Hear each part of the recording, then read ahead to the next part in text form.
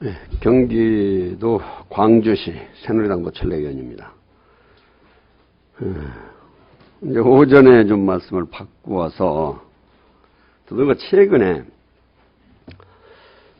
한 3, 4년, 4, 5년, 몇 년 사이에 희대의 그 사이코패스 살인마 유영철 사건이 있었죠.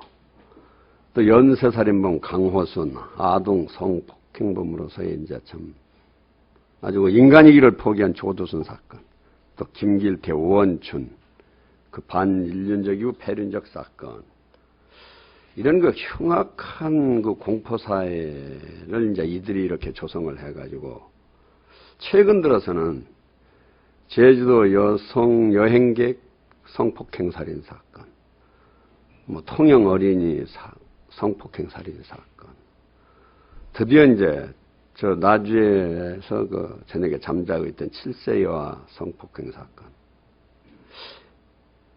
거기에다가 이제 묻지마 무차별 살인 사건, 이게 입으로 열거하기까지도 참 이게 부끄러운 낯뜨거운 이런 그 대형 흉악 사건입니다. 이게 참 어느 나라 사건, 우리나라 사건이죠, 이게. 그렇습니다. 있었죠.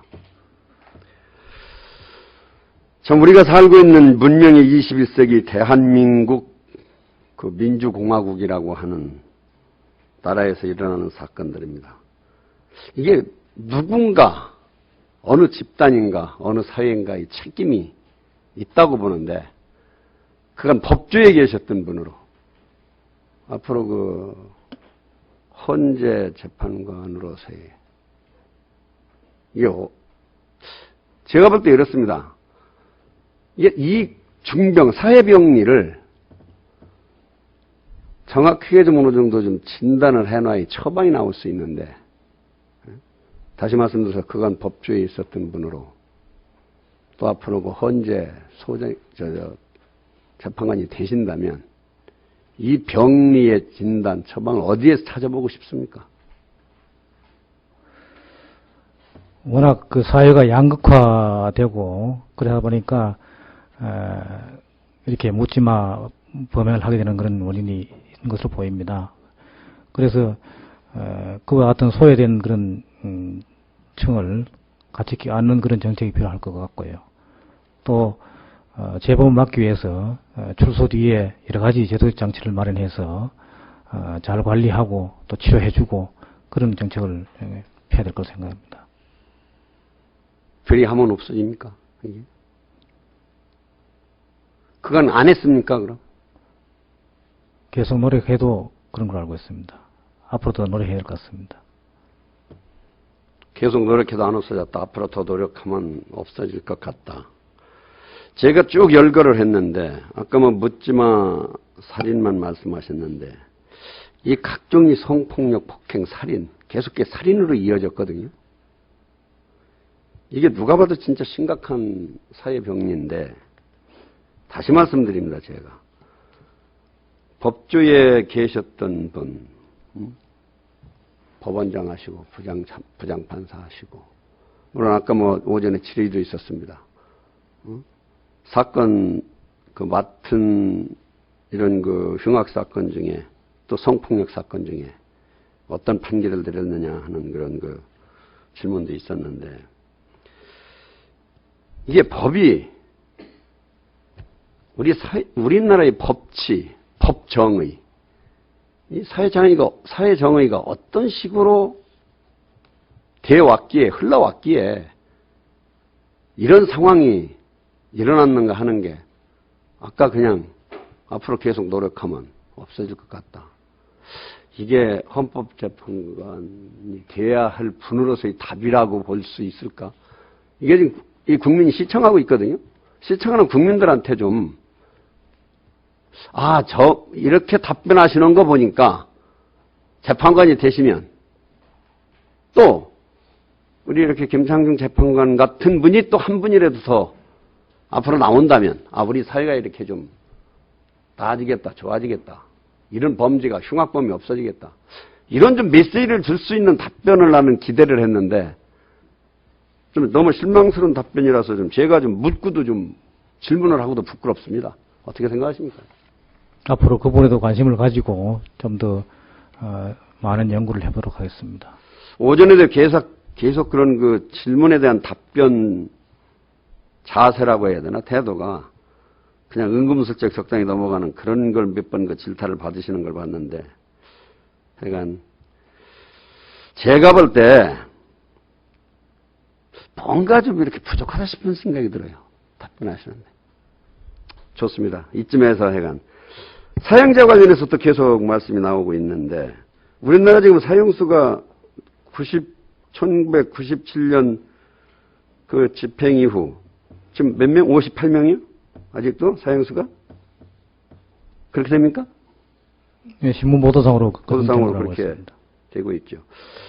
사형이 집행되지 않은 것은 물론 시대적, 사회적, 국제적인 뭐 여러 가지 그 변화도 있을 수 있는데, 요거 한번 보죠. 이 논란의 중심에 범죄 예방 효과가 크지 않다는 주장과 이 사형이 주는 효과가 잠재적 범죄 예방 효과가 있다는 주장과 이게 엇갈리는데, 이 엇갈리는 이 갭, 요 사이에서 좀 아직 사형이 집행이 안 되고 있거든요.